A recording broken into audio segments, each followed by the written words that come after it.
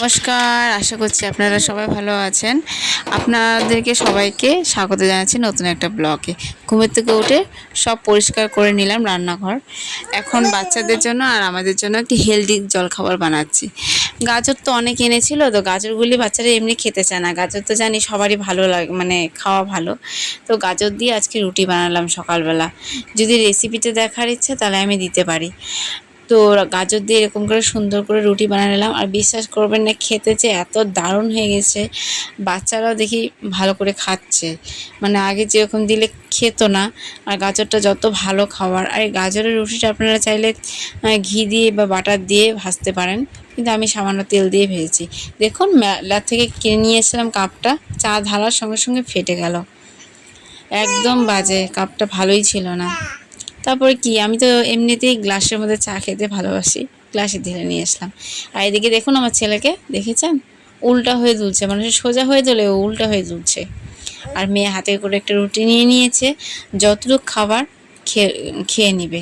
আমি চাই যে সম্পূর্ণ রুটিটা খাওয়া, কিন্তু সম্পূর্ণ রুটিটা খেতে পারবে না, ও আধাটুক খাবে, তাও অনেকটা প্রোটিন ওর শরীরে যাবে, হেলদি খাবার যাবে। গাজরটা কত ভালো বাচ্চাদের জন্য, আমাদের জন্য। তো বাড়িতে কিছু কিছু গাছ লাগিয়েছিলাম, আলু গাছ। আলু গাছের শাকগুলো আজকে সব তুলতেছি। আলু গাছের শাক, মটর গাছের শাক, আর মিষ্টি আলুর শাক। বাড়ির গাছের শাক যেটা স্বাদ, সেই অসাধারণ স্বাদ। তো সব শাক আমার হাজব্যান্ড তুলে দিল আমাকে। তো আমি এখন ঘরে নিয়ে আসলাম। ঘরে নিয়ে এসে এই শাকগুলিকে সব একটা একটা করে বেছে নিলাম। আর বাড়ির গাছের জানো, একটু নোংরা নাই, একটা পরিষ্কার গাছগুলি, মানে শাকগুলি খুব পরিষ্কার।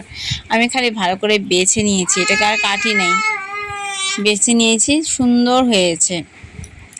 শাকটাকে বানানোর জন্য আমি বেছে ধুয়ে নিয়েছি। শাকটাকে বানানোর জন্য ছোট ছোট করে আমি বেগুন কেটে নিয়েছি, আর ফোড়নে দিয়েছি কালো জিরা।